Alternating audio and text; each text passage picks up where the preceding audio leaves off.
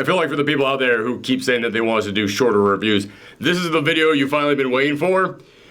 But be careful what you wish for, because I got nothing to say about this movie. And I didn't even see it. Which normally those are our longer reviews because I have to come in here and explain to you beat by beat the entire plot. But like as I was leaving the theater last night, I just kept thinking to myself, okay, well I can tell her what happens in the movie. That'll kill some time. And then I don't know what else to say because I feel nothing for this movie. I feel like someone neuralized me as soon as I left the theater.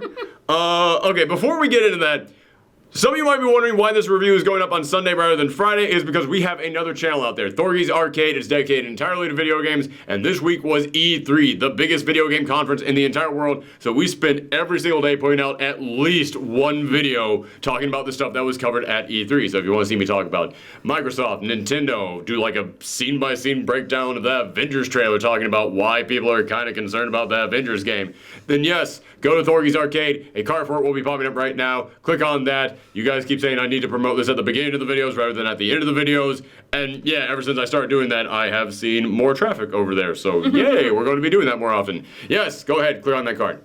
All right, moving on to the movie review. Do I have to? Because the quote-unquote review. Because as soon as I got done with the promotion there, I was like, oh god, I gotta go back to, is there any way I can talk more about my gaming channel a little bit more, like kill some more time? Listen, this thing is getting awful reviews. Like, it's getting some of the worst reviews of any major release this entire year. And I don't see it. Like, I don't see how it's getting that bad of reviews, but it's certainly not good. But it's kind of nothing. In all honesty, I think one of the main reasons why it's getting such bad reviews is because it's Sony trying to come in here again, revitalize an old property that no one was asking them to revitalize. And it's got Chris Hemsworth and Tessa Thompson in there, you know, Thor and Valkyrie, they're back in there. And we love their dynamics in Thor Ragnarok. We love seeing them together. But it's so clear that's what they're doing. Like, it's so clear, like, that this is They're just writing off their fame. No, not them, Sony. So that's what I meant. Sony's writing off their fame. Yeah, no, I don't blame them for any of this. No, absolutely not. Yeah, but it is so clear that this is absolutely just Sony being very cynical and just being like, oh, that worked here. Clearly, if we just move them over here, we take those Thor Ragnarok numbers. Everybody's like, no, we all know what you're doing. We see it. But I will say, I'm kind of glad they did it because, man, after Dark Phoenix, it is good to see two actors on screen who actually want to be there. Like, you can tell they're actually having fun with it. Like, they get along. You can tell that they actually enjoy being in a film and that they're actually acting and giving it their all rather than just kind of killing time until the director says cut. So that's, like, really the best thing I can give this movie is that the actors were really trying. You know, like, they're good actors. They're good actors. Like, Tessa Thompson really delivered the bad line she was given very well. I gotta give her that. It's like, I obviously didn't see this movie. I did see the first two Men in Black movies. Yes. I love the first one. The second one just felt like a cheap imitation of the first one. It's basically like it's kind of the same thing all over again. It's basically the same thing all over again. It's like, oh, hey, remember all those things you liked in the first movie? Let's do them again in the second. It was very much that. And I will say... And I didn't see the third one, but I don't think... No one did. Yeah. Well, I remember when this movie was coming out, and you were like, do you want to do post Geekout retrospective for the first two films? And I was like, so you're not even including the third? And then you just had that moment of, there was a third! Yeah, like that was your actual reaction. Like, I saw the wheels turn your head up, like, what the fuck are you talking? Oh!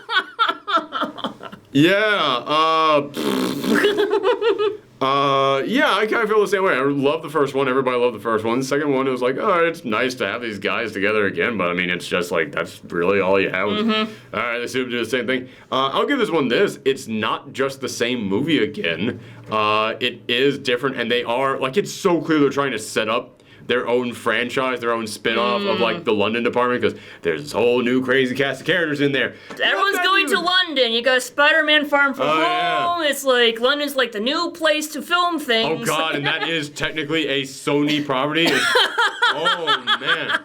Although I will say, it's not it's not just London. It is international. Like, they go to various other locations in here. Okay. But, okay, sure. They do that. Do talk about things in the movie. they film at other places? Or, like, they're... I can't tell that. I don't know. I can tell when they film in New York. Like, I can look at that and go, oh, that's New York right there.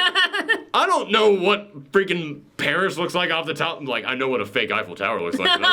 That's clearly green screen. But yeah, there's aliens and new things. Like, they try to set up a brand new location, but they don't really take the time to introduce a lot of the characters. Like, they'll be there for like one shot, and then like at the very end of the movie, they'll be back. It's like, oh yeah, right, that was a person in this film. Like, it really does it almost feels like the pilot episode for a TV show, except just quadrupled in size. Except, God, I did remember the Men in Black TV series. That wasn't bad. I liked Yeah, that one. I liked it too. We were so desperately just trying not to talk about this film.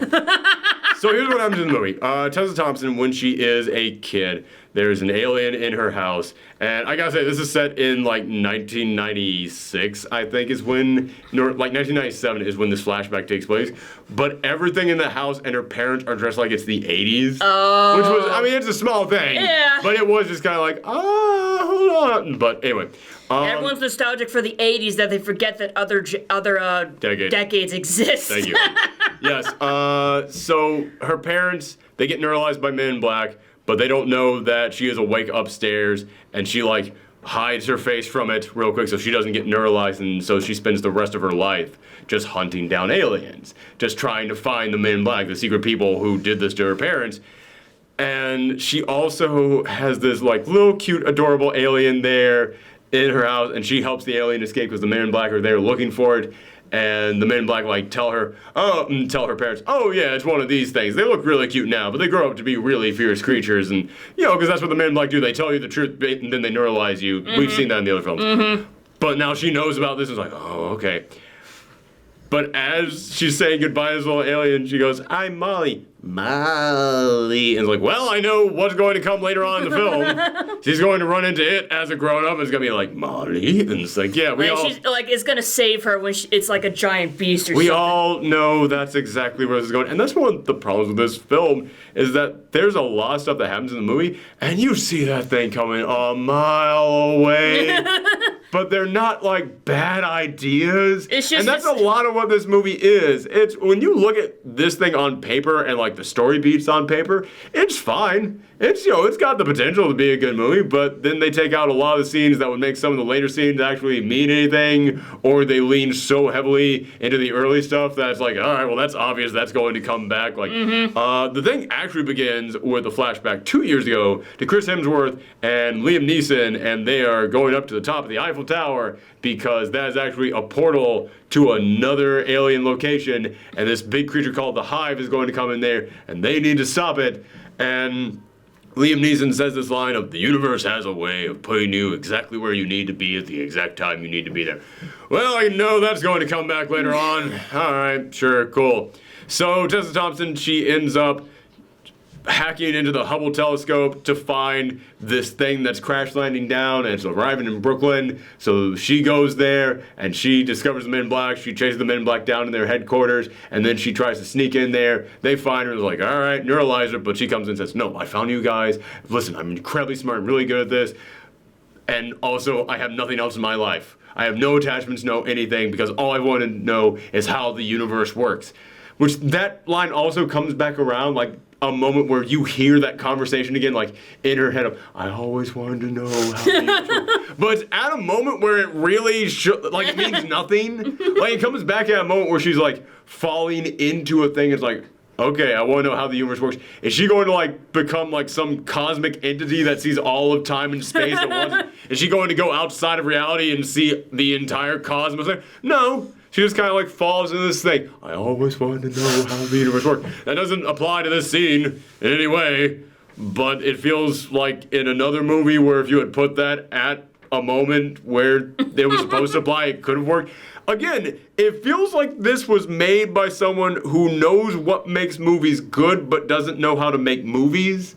That's kind of what it is. Like, yeah, if you lay out all these beats and all these ideas, it sounds like something that would work, but you don't know where to put or what to put in there to make it work. Yeah, it's like you have all these puzzle pieces, but you don't know where to put them. It's somebody who doesn't know how to put together a puzzle piece, but they know how to look at a box and go, oh, it's a cat trying to get into a fishbowl. Like, that's what this is. Like, yeah, would be a cute puzzle. You're not putting, like, you're mashing that one piece of this.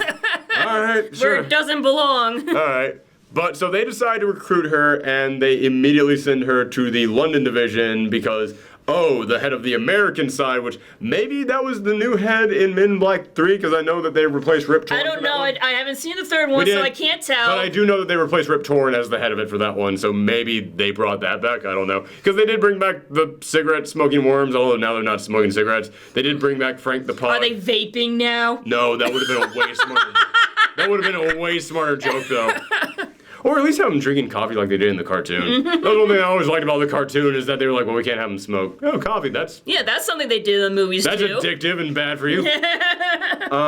So they send her off to London. So yeah, all those things I just mentioned, Frank the Pug, all that stuff, that's immediately gone. There's lots of references in there, though, that make you go, oh, yeah, I remember that. And then they just move on. Yeah, kind of. But some of them are there to be like, hey, you guys remember, like, this is how this world works. Not so much as nostalgia, but it's like, this has been established, this is how this works. Like, she has a whole bunch of copies of, like, National Enquirer things that are saying, like, alien coming to trying to make it back to like, I remember in the first one how they said those are the real journalists out there, which was always an idea that I thought that should really be explored more. The Men in Black know that there are journalists out there who know their secrets. Or like maybe the reporters work for the MIB. Or is it that? Like I've never understood. Maybe it's explained in the third one. Who knows? So yeah, she goes to London. She arrives in London. She runs into Chris Hemsworth, and Chris Hemsworth, he's famous there because he helped save the world 2 years ago from the Hive. But now everyone's like, yeah, you're just a big slacker now. Like, what happened to you ever since the Hive? And he's just a big party animal. And he is reckless. Like, this thing opens up with him. He's investigating this alien crime boss. And he has to play this very dangerous game of poker where they have to grab their cards out of like a viper's nest, but it's an alien viper. And he gets into a big fight there. So it's like, all right, he's the action guy. Cool. But he gets bitten by the viper. But also the mob boss gets bitten by it. And the mob boss has this lady there. And she's got like the antidote. And the mob boss is like, there's only enough for one. It goes, no, if you give it to me, I'll give you anything that you want. Anything? Cut to him waking up in bed with her. So I was like, oh, okay. Oh, so that scene. She wanted to sleep with him. That's a joke. Is that like him with the tentacle on his body? Or? Oh, you saw that in the trailer? Yeah, I did. Yeah. Yeah, that's what I saw it on the internet. It's like it's all over like Tumblr and Twitter. So Tumblr's still a thing? All yes. right, cool. All right. Yeah. Okay. Yeah, that's what that scene is. So, yeah, that's the kind of humor that this is. It's like, okay, and then they slept together. All right. Oh, and then they said this thing. All right. Oh, and they went here to do that. Okay, cool. That's neat. Bless you, Peach. Our dog has the sneezes. Aww. Poor buddy. Cute. Yes, it's allergy season for everyone. Yep. So, yeah, that's the kind of humor that's just all over this. And she arrives there, and she's interested in him because they're like, oh, that guy, he saved the world 2 years ago. She's been obsessed with the MIB since she was a kid. She goes, okay, I want to find out more about this. And she goes up to him, and she starts talking to him, and she's like, oh, maybe you could use a partner. Oh, no, I work alone. Oh, okay, so he's the rebellious guy who works alone. And then she says, like, one thing to him, and he goes, oh, you know what, maybe I could use you in a thing. Okay, well, that's resolved quickly. What did she say to him? He's sleeping when she finds him at his desk. He goes, oh, yes, I was just meditating. And then he mentions that he was playing a game of poker, and his opponent is very hard to read. And she goes, oh, well, they have a tell. If you spot this, oh, do you know what your tell is? You snore when you meditate. He goes, actually, you know what? I could use a partner. Like, okay, that's... Oh. Yeah, again, it's not like it's, all right, terrible, but it's like, fine. All right. Whatever gets us to the next part. Next scene, yeah. Yeah. And that's a lot of this movie. It's things that, okay, well, you've got the I work alone guy, but now he's being paired up with the rookie. Oh, that's a thing that we've seen in many movies before, and okay, it's a cliche, but, you know, it can work. It can absolutely work. Oh, they just immediately resolved that, and now they're on to... Yeah. Okay. So it's it's not even like Liam Neeson comes in and is like, listen here, you've been a real screw-up, and she's new, so you gotta come in here and learn how to be a real agent by showing her how to be a real agent. Like, something like that. No, just, okay, she said that thing, and So now it's basically just moving on to the next thing, Okay. moving on to the next thing, moving on. Yeah, it is. And the two aliens who are like hunting them down, they have to protect this guy, which he's like some sleazebag guy, like party guy, but he's like the prince of this race, so they have to go in there and make sure that he's protected. Which you never really get much backstory on him or anything other than him and Chris Hemsworth used to party together, and that's kind of all that there is to that. But he's being hunted by these two guys. And these two guys, they're these two completely CGI, like, energy creatures. But they take on human forms, and they're twins, and every movement they make is like a breakdance move. So it's very clear that someone at Sony saw these guys dancing, and they're like, oh, that'd be good in the Men in Black thing. Hire them for that. And indeed, they were hired for this. You know what the kids like these days? Breakdancing. It feels like maybe these guys are like big celebrities in like the music industry. Like maybe they're big like on the dance scene, but I don't follow any of that. I don't know, but it feels like they were hired entirely because of that. Mm-hmm. So fine, Okay. Whatever. Yeah, it's not good, but it's not terrible. It's passable. That's basically this movie in That is general, it, yeah. isn't it? Because, again, there's so many things in here. I'm just going to stop explaining the plot to you guys right now. There's so many things in here that you look at, and again, it's like, on paper, this feels like you could do something with this, and they kind of just don't really. Like, there comes a moment, there's this whole subplot in there about the MIB has been infiltrated, and that's why Tessa Thompson gets trusted with this super powerful weapon because she's new, so no one has tracked her down. But there's like moments where like the person who trusts it to Tessa Thompson, they can't trust it to Chris Hemsworth because they're like, what happened to you? You changed. And there's kind of an explanation for it, but it doesn't quite explain everything. Or maybe it does, but they don't really Go into much detail. They don't go into it quite enough, but it's like, I guess that's an explanation. Fine. But there's this whole thing about the MIB has been infiltrated on the inside. You don't know who you can trust and who you can't. It's like, okay, that's a cool idea, but they really only play with that like towards the end a little bit. But there comes a moment in here where they've basically been burned. Like someone in the MIB realizes, okay, well, either they realize that, all right, this place, we can't trust anyone, and they're not reporting in, so we need to go after them. Or maybe it's that they're the ones that can't trust, so they're trying to turn everyone on our two heroes. So it's this question of, okay, can you trust this person, can you not, who can you trust? But again, they never really planned it all that much, and there's really only two people that you know at the Men in Black International Division other than Chris Hemsworth and Tessa Thompson. So it's either of them, and one of them they're trying to make you think it's them. And if you know how movies work and you know about red herrings, you kind of know instantly. All right, I don't even feel like saving that for the spoiler part. Are you gonna like save anything for the spoilers? Because this seems like very predictable. Yeah, I'm not gonna go into the spoiler part. I'm not going to spoil anything. It's just I don't care enough to spoil anything in here. Like, really, that's as much as I'm going to spoil, is that there is a red herring in here. But again, if you know what red herrings are, there's only two people at the MIB. Yeah, all right, who do you think? Do you think it's going to be that one character they introduced for 2 minutes and then you never saw them again until the tail end of the movie? Probably not. So, yeah, this guy, he's basically burns them, and they now lose all their contacts, and they're on the run from the MIB. And it's like, oh, okay, this is actually a cool idea. What happens to a Men in Black agent when they're burned? When all of a sudden the rest of the Men in Black are turned against them and they can't trust anybody in the Men in Black anymore? What are they going to do?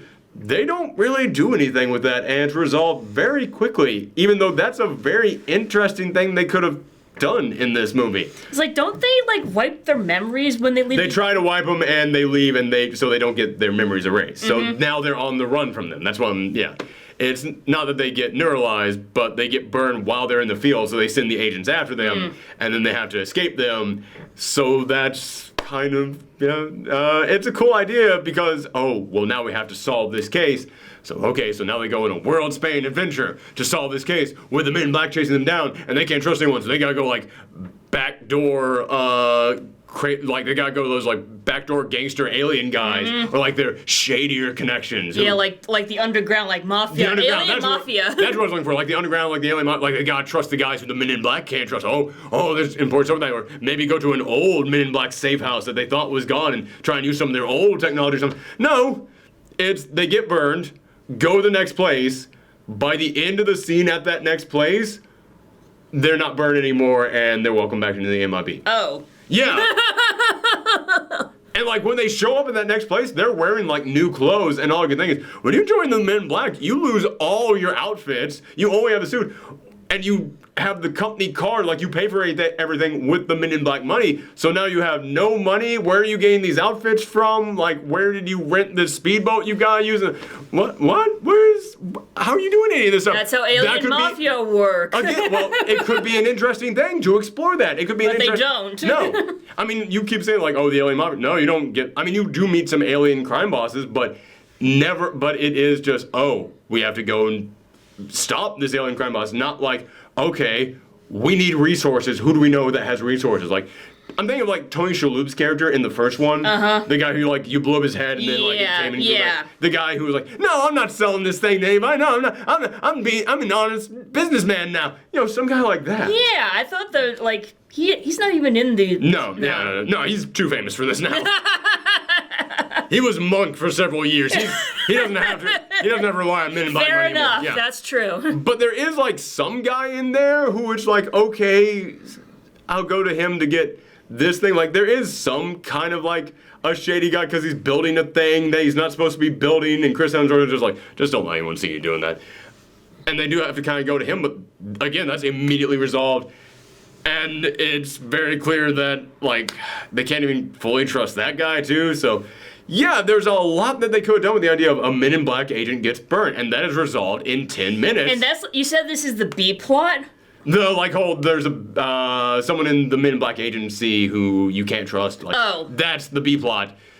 But it becomes like the A plot towards the end of all this. But like I said, that should really be more of like the A plot, because that's an interesting thing. Like these two guys, the rookie and the person that no one trusts anymore, but he used to be a big deal, they are burned. So now they have to go like behind the Men in Blacks, talk to all these different people in there. That's a whole adventure in there. It's resolved in 10 minutes. And yeah, it's really kind of a shame that, well, that's the most interesting thing that you gave me in this. So what happens in the rest of the movie? Oh, it's, they hand in this weapon, they have to go stop the big monster. There's a big glowing thing in the sky. It's, you know, the whole thing at the end of the first one. Okay. This movie isn't just a repeat of the first one, but the end of it is kind of a repeat of the first one. But then again, like, that's how a lot of the Men in Black films are. Like, I remember the second one, again, it was like, big shiny thing in the sky, big thing comes down, they have to stop it. Yeah, okay. Yeah, and it's like, that's kind of like one of the reasons why I think Men in Black is just better off as like one movie. Or as like an animated thing. Or like one. Where again, you don't have to end everything with we go to the place, stop the big thing. No, it's like one full-length movie with a spin-off animated series, which is what they did. Like, I specifically remember in the first movie, it's like there's always some alien attacking this planet, and the only way these people can get on with their lives is for them not to know about it. So it's like, oh, so literally every Men in Black movie would have like an alien invasion or something. So well, you could get creative with it. Like I said, in this one, you could have gone with the whole they're burned. Like that is a different storyline, and then made it more of like a spy espionage thing where it's not alien invasion, more of like this alien is trying to get this up. No, it turned into a big alien invasion thing. Yeah, like that's the thing. Like back in like the 90s, alien invasions were like the big it's thing. All over the place, so yeah. Of course that's what they would go with. Yeah. So final score on this thing, I'm giving it a 4 because it's not terrible, but it's so just okay. And normally when I'm like, yeah, the movie's just okay, that's a 5. It's right down the middle. But I gotta tap it down a little bit because I was in the Alamo Draft House where they will kick you out for looking at your phone during this. But I was so bored by this.